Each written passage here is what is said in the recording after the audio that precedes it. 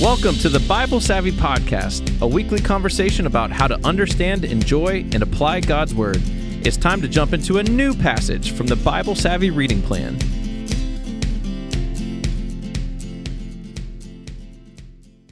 Hey, everybody. Welcome back to the podcast. I'm here with Pastor Courtney and Pastor David. David, you have a question for us today. Yep. This week, we're asking the question, if we had church superlatives, what would yours be? So superlatives, if you forgot, back in high school, when your graduate is most likely to, earn $1 million or run their own company, or most likely to, never leave this city or whatever it is. What would your church superlative be? Okay. So this either could be like really great about you or like just a total insult. Just mock you. Yes. Okay. Courtney, neutral. What's your neutral. superlative? There is a neutral ground here. Let's see. And we will also judge whether it's correct. Whether it's true. Okay. The one that I came up with was most likely to have to apologize for massive amounts of confetti. Yeah. Yeah, that sounds right. Although you know the guy who has to clean it up. Yes, which relates to the one that my daughter came up with. Okay. Because for those of you out there listening that you may not know, my husband is the building manager here at the St. Charles South Elgin campus. So my daughter said, most likely to call building services for something you could definitely do yourself. Oh. Yeah. Oh. So that has an extra layer there. Oh my gosh. Wow. Dang. Wow. You can put work tasks on a honey-do list. That's funny. Oh, that's so good. Wow. I'm going to give her a high five later. Well done. Golly. All right, I had a really hard time with this. I do not know what I should say about this. My kids said most likely to say dude or man or bro to someone in the hallway because they think that whenever I'm talking to someone in church, I'm always like, hey man, what's up? Oh, good to see you, dude. And they're like, you don't say dude, man, and bro other than there. And so that's what they picked, but I don't know what a good one would be. So yeah. Do you, I've got one from. Do you have one? I mean, mine's, I just said the most likely to relate the Bible and the Avengers. That is true. Which is that's very, probably, very true one. That's probably true. I could do that. Yeah. I was thinking for you, most likely to have the weirdest fact about whatever we're talking about. Oh, yeah, no, I could go with that. Yeah. It's usually the weirdest. Yeah, like other people have better thing. facts. Yeah. And you'd be like, what's crazy about that? Is that. I'm like, whoa, that is like some obscure knowledge. I can do that. Which sometimes. is why you'd win Jeopardy one day. Well, and that's what I was going to say. You could just go to like most likely to appear on Jeopardy. Yeah, also true. Well, that's good. I don't know. But that's good. Cool. What's yours? Mine is kind of boring, but it's most likely to have a cup of coffee in my hand. Wait, at a church? That is a stiff competition. No, I think I win. This is tea, so you won in the room. I think I win. I always have, like, there's something about, like, sometimes I just walk around with it because I just enjoy holding a cup of coffee and, like, having a warm, beverage in my hand. I feel like you'd have some competition. Okay, who? Give me a name. Well, like, I mean, I don't notice you with a cup of coffee. I carry a giant. He does. You comment on my it's mug. true. You comment on my like, what's that mug about? What's that thing? We were just talking about the strip club. I'm not denying that you pretty much always have a cup of coffee in your hand. Yeah. I just think I think there may be something else. Yeah, what do you have something? Would you like to share with the class? I feel like it has to do with Star Wars or Kentucky. Some sort of games. What are the two things that David talks about? Star Wars and Kentucky. If anyone listening at the church thinks you are more likely to be holding a cup of coffee than me, I would like to talk to you. So if you're listening out there, I hope that on Sunday that he's just surrounded by people who everybody goes to Cup of Joy first and just shows up and just surrounds David. Like there's going to be a bunch of young adults that are just going to most likely to take offense at the superlative. All right, let's jump into Deuteronomy. Okay, this week is the last week in Deuteronomy, right? Yes, okay. This is it. Okay, we are finishing this. So this is not just the end of Deuteronomy, it's the end of the Torah, the end of the Pentateuch. So, look at that. The computer celebrates. We are wrapping up with a year of reading through the books of Moses. And so this is a big deal this week. If you haven't done it yet, go watch Dr. Richter's video about Deuteronomy. Make a comment, okay? Because after this week, after we're done with Deuteronomy, at that point, we're going to give away books. You're buying your own book. You're buying your own book after that, which is still worth it. Yeah. It's still that good. I'm not gonna lie. So, true story. I lent my copy of that book to my dad. and he Epic read of Eden? Epic of Eden. Yeah. He read the whole thing and was like, I love this so much that he lent it to somebody else. Like my copy, he lent to somebody else. Oh, no. So, Oh man! And you have to check out Clayton's books. Yeah. I mean, You gotta tell me you have it. Like, anyway, so yeah, so it was good. So here's what we're talking about. This is Moses's last address to the people, and we're really on the very last of the last, right? Like this is his last message, and you have to picture it this way, okay? This is not Moses, the stern lawgiver, because sometimes we think like this is what Moses' job was. He tells us here's what God's law is. This is Moses, the pastor, father, like shepherd of this people, and he loves them so much, and he has one chance, okay? He knows he's about to die, and the people are going to go off and live their merry life after that, and he loves them so much, he's saying, this is what I want for you. And I think you'll get some of that here. One of the things he does do, though, right before the section we're going to read, is he says, this is what God is going to do, this is what's going to happen if you abandon God. And he describes, at some point, if you go so far away that you're, totally, gone with God, God will actually kick you out of the land. And we read that story, this is, years from now in the Bible's heavy reading plan, the exile. But this is the part where he says, but let me remind you what happens after that. And I love it. So let's read in chapter 30 here.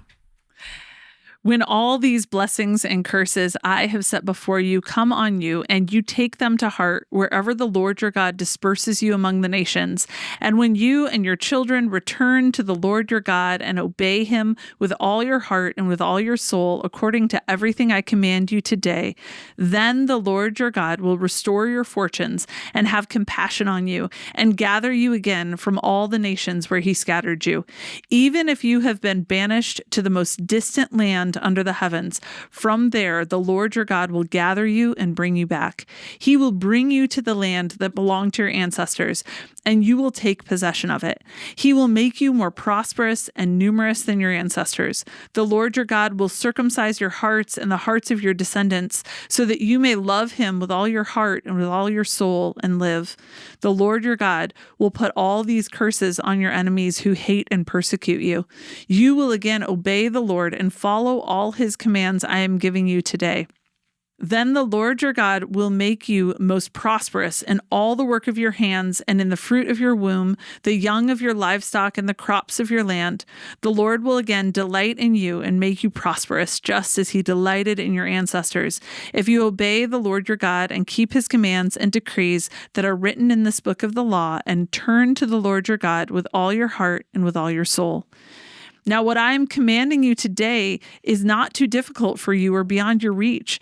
It is not up in heaven, so that you have to ask, who will ascend into heaven to get it and proclaim it to us so we may obey it? Nor is it beyond the sea, so that you have to ask, who will cross the sea to get it and proclaim it to us so that we may obey it? No, the word is very near you. It is in your mouth and in your heart, so that you may obey it.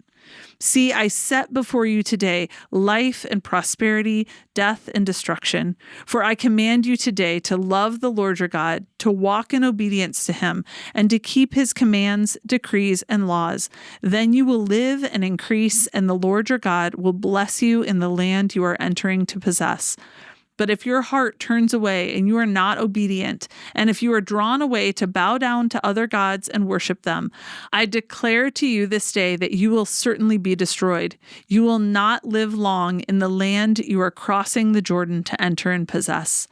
This day I call the heavens and the earth as witnesses against you that I have set before you life and death, blessings and curses.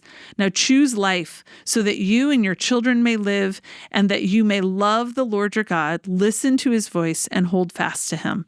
For the Lord is your life, and he will give you many years in the land he swore to give to your fathers, Abraham, Isaac, and Jacob. All right, let's start with observations. What do you guys see in this passage? All right, so verses 1 through 3, it's kind of a microcosm of the whole chapter, but it feels like one big if-then, or really it's more when-then promise. Mm-hmm. Like when you do this, when these things happen, then it turns in verse 3. Then the Lord your God will restore your forces, have compassion on you, gather you again. Which anytime I'm reading scripture in general, like typically when I'm making observations, I look for if-thens or when-thens often, because I want to know if there's a promise here, then I want to know what comes before? What's what triggers the promise to come? And it says, okay, when these things happen, when you and your children return to the Lord your God and obey him with all your heart, with all your soul, then the Lord will restore your fortunes, have compassion on you, gather you together. So that it feels like the whole thing is that, but really that says it very clearly in the first 3 verses. Mm-hmm. Yeah, and there's a repeating phrase. Well, there's lots of repeating phrases there, but the with all your heart and with all your soul, with all your heart and with all your soul, with all your heart and with all your soul. Just everything in you. It's repeated over and over and over again. And if you're that, impassioned leader, father, like you feel that down to your toes in that moment, right? Yeah. With all your heart, with all your soul, this is what I want for you. I was struck by that because it is, it feels so different than the caricature people have of the Old Testament. I think there are a lot of people who say, well, that was a time when it was all about external things. It was all about, we assume it's very legalistic, like you just check the boxes and that's what, but from the very beginning, like the Moses' heart, God's heart has always been, I want all of you. You know what I mean? Like that, as deep core, like it talks about even later, God will circumcise your heart. So saying that's not an external thing, that's an internal thing. It's like your whole soul. And I just think we look at the Old Testament as if it was like, well, that's just kind of whatever. But like it's as like passionate and personal as anything that we've got in the New Testament.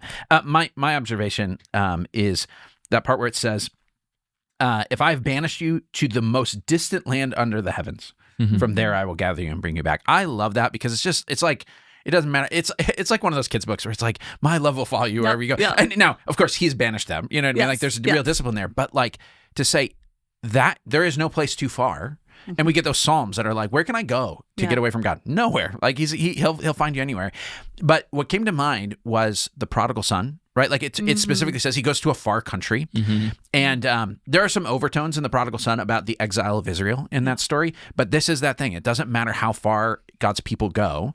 He hears your repentance and he offers his mercy and he brings you back. That's good. Yeah. I wrote the Good Shepherd beside that because that's what I kept thinking. He'll gather you and bring you back. Yes. Verse 9, the word delight is repeated twice, which is just sort of I think it stuck out to me because you don't read the word delight very often in these chapters. And so when it says, then the Lord your God will make you most prosperous in all the work of your hands and the fruit of your womb, the young of your livestock and the crops of your land, the Lord will again delight in you and make you prosperous, just as he delighted in your ancestors. And then, of course, says, if you obey the Lord your God and keep his commands and all these things. But that there's a warmth to it that describes God's character, I think, as Father King. Yeah. Again, speaking to Moses is just this impassioned plea is these last words. He says, follow all his commands I am giving you today. I command you today. I'm commanding you today. I command you today. Love the Lord. Like, again, it's just if he could wish it for them, if he could will it for them, like just do it, guys. On, just do it. It's so clear. Well, and Sandra Richter said in that interview, she said the battle is about to begin. Cross the river and claim the inheritance. Yeah. And I thought this is that moment. Like, I'm commanding you today. This is what I need. This is what you're doing. Yeah. Even the idea of like, come on, here it is. Just do it. He says, what I'm commanding you today isn't too difficult. It's not beyond your reach. It's not up in heaven. So you're like, hey, can someone go up to heaven and get it for me? He's like, I already did that for you. Like I walked up that stinking mountain and got it for you. No, he's not that mean. But like he's saying, you don't have to wonder what God has for you. Yeah. I think there are a lot of people who are like, I wish God would just tell me what to do. And Moses is saying, he did. So a little bit of like, good. Don't make the excuse, but also like, no, this is a gift. You know exactly what you need to do. There's no surprises. Like, just go do it, and it will go well with you. I don't think we talk that way. I think we talk about God's commands as being like, oh my gosh, how am I ever gonna? Moses is like, no, here it is. It's real straightforward. You don't have to guess. It's not like these gods over here who we don't know why they're cranky, but whatever. Like, no, this is what's expected. It's very just go do near it. to you. It's very near to you. In your mouth and in your heart. Look, you're carrying around these words. You got it, Yeah. Which goes back to the last couple of weeks we've talked about them writing down. The king writes it down. The community writes it down. They set it out in front of the community. He said it's right there. Yeah, it's I feel for Moses knowing like he's not entering the promised land and he's just hoping. I think you guys can probably relate to this just as pastors. You're just like, it's right here. Here you go. Like if I could just do it for you, I would. But but there's a lot of hope and earnestness and love. I really feel his love for the people here, and there's an invitation. There's a lot of the contrast, life and prosperity, death and destruction. Again, at this day I'll call the heavens and the earth as witnesses. So again, he's calling two witnesses against you that I've set before you, life and death, blessings and curses. He's like, I've put it out there. Yeah. I've put out both sides. Yeah. Which one do you want? It's Which real one are you gonna straightforward. do? Pick a door. Mm-hmm. I thought about that in terms of the two trees in the garden, right? And I noticed a lot of kind of Eden imagery in here. When it says like, you're going to go into the land and it's going to be prosperous. The work of your hands and the fruit of your womb will prosper. Well, that's the two curses, right? The curse on the man and the woman is basically about work and children, and the delight that's there. All of that feels very like, hey, I'm sending you to a special, fruitful place where you're going to be blessed if you will just trust God, and you will get life. Like there might even be a tree there. You know what I mean? Like it feels that vivid. But they're about to be Adam and Eve again, like standing in God's place and saying, which do you choose? Now, we know how this goes, and Moses has already kind of said that's going to happen. But like the fact that God would say, welcome back to Eden, let's do this again, is a really gracious thing. Well, and it talks a lot about obedience, obeying, and I think this was in that Sandra Richter interview as well, where she talked about obedience being love. Like that's the way that you show love. And when you see obey, you can also it's the actionable love, basically. And you see that come up in a couple, obey these things, and that's how you show love, that you choose life, you obey, and that's loving the Lord your God. Yeah, it's like John 15. I think she said that in the interview, where it's like, this is how you love Jesus. You obey his commands. Yeah. Mm-hmm. Good. All right, let's talk about, let's do meditation. Okay. I'm going to read a couple of verses here right at the end, and I'm going to give you 45 seconds to prayerfully ponder this. I have set before you life and death, blessings and curses. Now choose life, so that you and your children may live, and that you may love the Lord your God, listen to his voice, and hold fast to him. For the Lord is your life, and he will give you many years in the land he swore to give your fathers, Abraham, Isaac, and Jacob.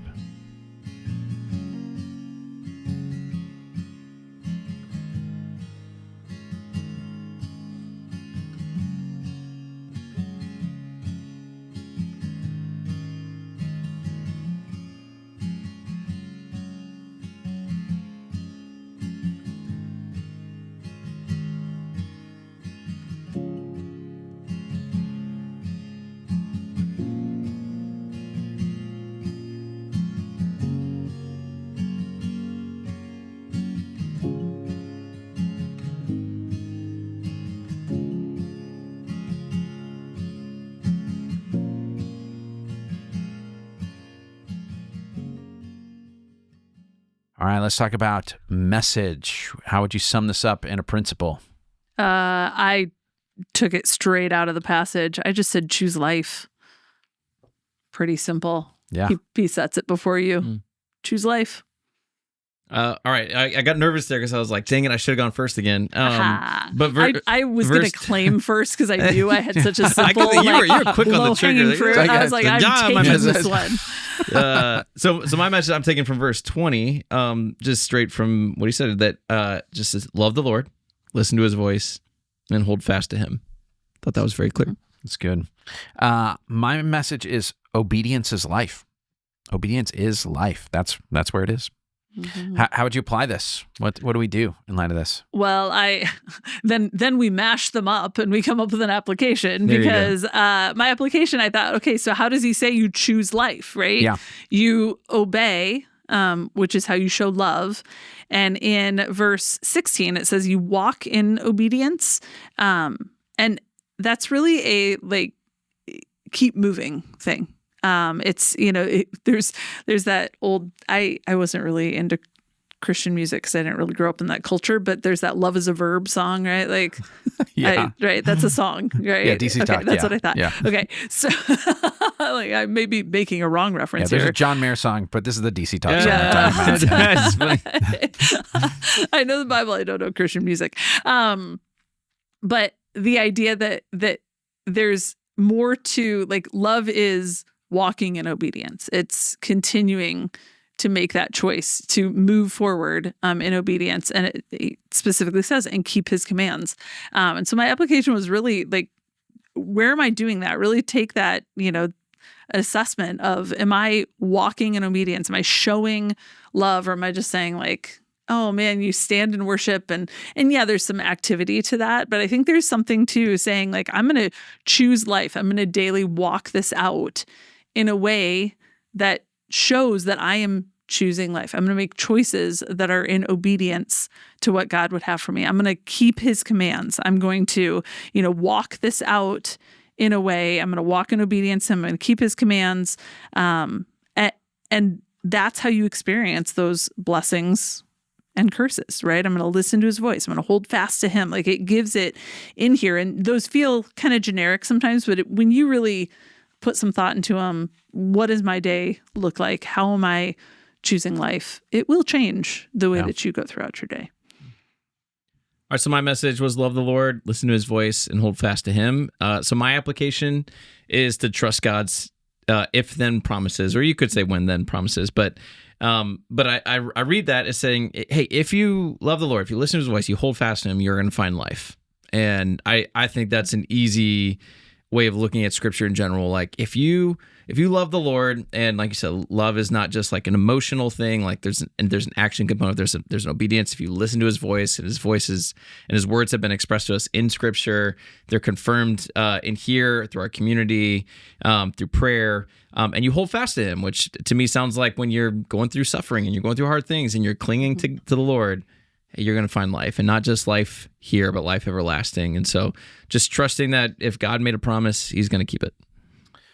So my message is obedience is life. And so I kind of have a few applications. They're similar to some of yours. One is just to say, if I'm reading the Bible to draw life from it, I should get to a place where I say, here's my application, right? Like part of the reason we say this and we say this is important is because we know this principle that if you're not doing something, it's not life-giving.